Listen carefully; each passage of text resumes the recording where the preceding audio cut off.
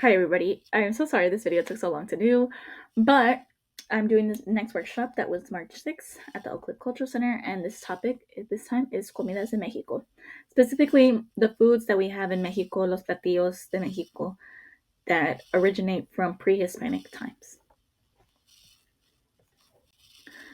So my first question is, do you even know the fruits and vegetables that are native of the Mexico region? I feel like a lot of people don't know, but it is very important to think about.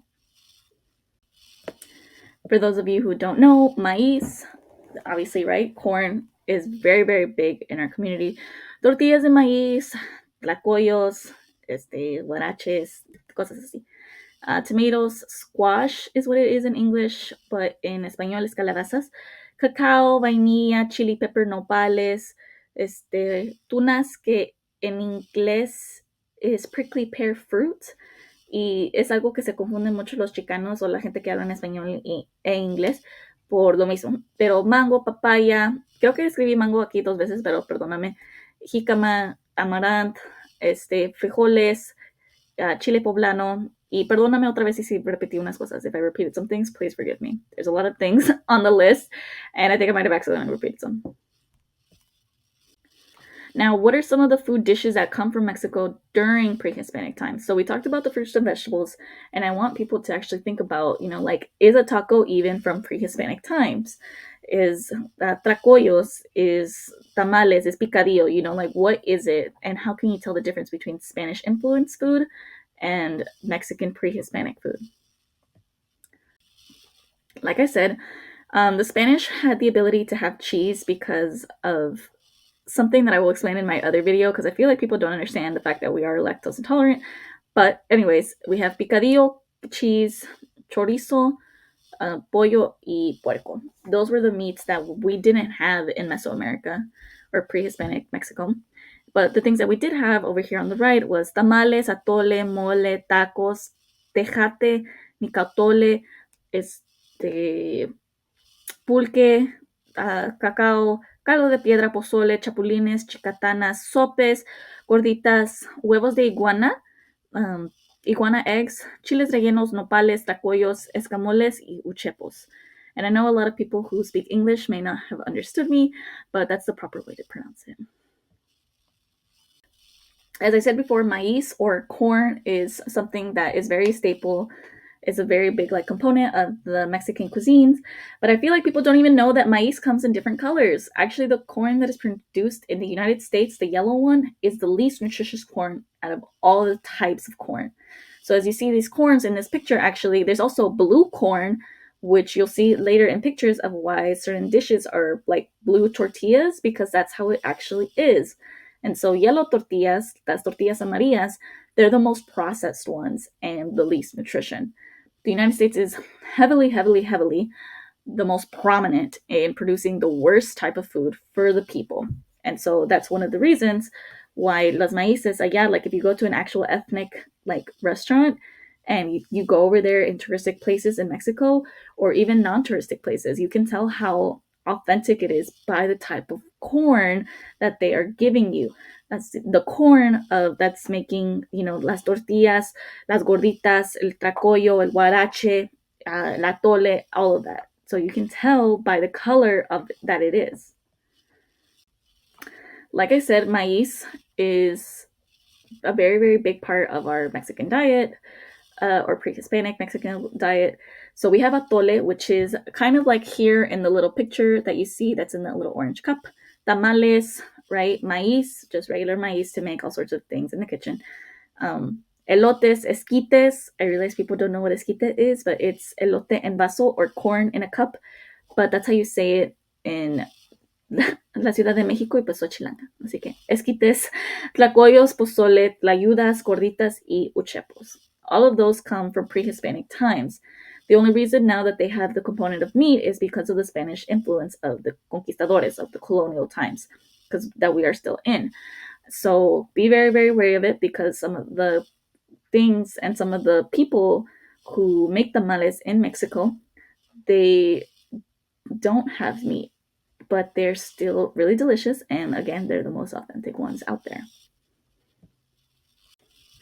So as I was talking about corn, actually the Mexicas, Aztecs, had their own Aztec mythology of Centeotl, was the god of maize, corn, as it was one of the big components of food in the Aztec Empire and their Aztec diet. He was the son of Tlazolteotl, the earth goddess, and was associated with the number four, considered a sacred number in the Aztec culture, just how the United States and their Christian religion believe seven is a sacred number. In Aztec mythology, maize, which was called Sintli in Nahuatl, the Aztec spoken language, right, was brought to this world by Quetzalcoatl, and it is associated with the group of stars that have commonly known today as Pleiades. Sorry again if I'm pronouncing everything wrong. At the beginning of the year, most likely around February, the Aztec workers would plant the young maize, and Chicomecoatl, or seventh serpent, was the Aztec goddess of the corn. So there's actually two different goddesses, or one god and one goddess of female and male energy that had been praised and like loved upon by the Aztec Empire, by the people, and they had basically like ceremonies and worshipped many forms of Sinteot from the planting stage all the way through the harvesting stage of the corn, because again, it was one of the biggest things. And the story goes that this god and goddess had blessed the people in making sure they never go hungry. Therefore, the people would appreciate and praise that and love it and take care of it as they should, just as like all of us should. So I just wanted to emphasize that for our community because, again, many people don't even know. Okay, so again, Quetzalcoatl, the tale of corn shows how Quetzalcoatl followed a trail of ants to mountain sustenance and stole maize from the gods to feed his people. A white Quetzalcoatl tale of chocolate tells the story of the two-winged deer, the boy who brought the chocolate to the earth of the people. Maize has been a sacred thing to the Native American people for thousands of years. So it's not just our community of our region, right? It's just that the fact that corn is easy to grow in the south part, which again could be Texas, could be California, Texas, Arizona, and New Mexico. It's a symbol of wisdom. It is evidence of a deity that cared about their survival of their people and would provide for them in all sorts of places. And also, again, corn is very, very nutritious. I know, again, like I said, the United States produces the worst corn and imports the worst corn, that yellow, like plastic. It's not plastic, right? But that yellow, like semi-perfect corn. But either way, again, corn was an integral part of nutrition, and abundant harvest was vital. The people would worship the god of rain, Tlaloc, and the because it requires an adequate amount of moisture. And so I just wanted to preface this again for the culture, for the community, and especially because climate change is terrible, and we should all get on to this because I feel like those Native American communities, those indigenous communities in the Mexican region have been begging for us to listen to them. And I feel like one of the things that is hindering us from understanding one another is the fact that we and people that are speaking the colonizers' language of English and living in a first world country, we struggle so much because we don't know our own roots. We're so disconnected from the earth, the people, and the four directions and everything. So please, please, please be considerate of them and learn their stories, as there's more stories of the god of corn and the goddess of corn. It's not just this two that I've added on the slide. So like I said, that there's different types of corn, and you saw the picture that I showed you, and there was actually a couple of corns missing in that picture. There was a blue corn as well. There's also different types of mango. There is guayaba, again, prickly pears, which is on the nopales, but it's actually tunas in Spanish. Cacao, which is on the corner over there, and then jicama, which is a root. Prickly pears, or tunas, and nopales are eaten. We eat cactus in our community. We add it on tacos, we add it as just by itself or with frijoles, and genuinely anything. People add it to all sorts of things. I personally add it to my tacos. And we also have calabazas, or what people call squash in English. And again, a lot of people don't even know that these things come from Mexico and they're not really incorporated in the US white American diet. So there's another fruit that grows in Mexico, but it's actually not from that region. It is not native to that land. I believe this is called star fruit in English, but it's called carambolas in Spanish. And these carambolas are from Sri Lanka area, I believe. I could be wrong. But either way, this fruit can grow in Mexico because of the type of like environment that it needs, to grow. Specifically, I know that it's in Michoacan because my family's from there, and we have, or one of them has a farm, and we pick them up during the summer. Not only am I a resource because I live in Mexico and grew up in Mexico and grew up in Texas and, you know, everything, but there are also additional resources, for example, of me asking the community elders, also asking other peoples of different parts of Mexico, because, again, my family is de la Ciudad de México y de Michoacán y de Hidalgo.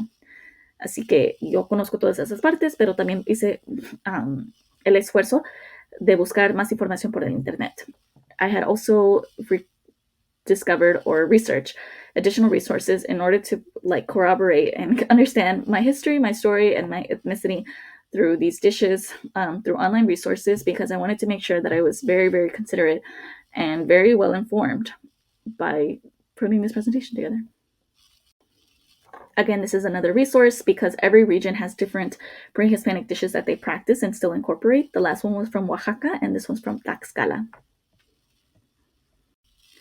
So this is the game theory that I have, or this is the activity that I incorporated in the workshop. We have talked about some of the dishes that are pre-Hispanic, and I have a list of dishes as well, or you can research them online. I recommend that you get a picture of the dish and cut it out and put it like on a note card. And depending on how big your participation is, you can add every dish that you can for your group. Add one picture, and every person gets one dish, only one. And at the back of the dish, you have to list the ingredients that are on the dish. You can also add some of the materials, like maybe a molcajete or el aplastar para las tortillas or something, because I understand that some dishes only have like 3 ingredients. But first, you set up the cards with a picture of the pre-Hispanic dish and the name of the pre-Hispanic dish. And then in the back of the card, you put the list of ingredients that the pre-Hispanic dish needs. And you give that to each one of your participants.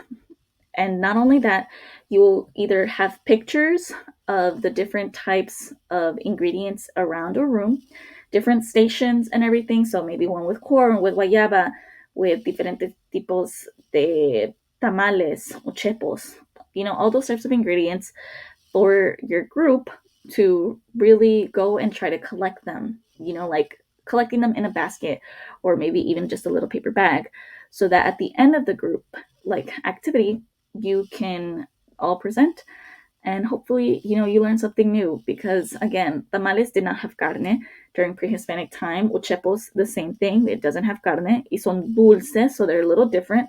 Uchepos are more prominent in Michoacan, and just all sorts of things. And so I just really, really, really hope that you love this presentation. Please correct me if I got the pronunciation wrong. I try my best, but of course, I'm only human. And have a good day. I hope you guys are excited for more videos.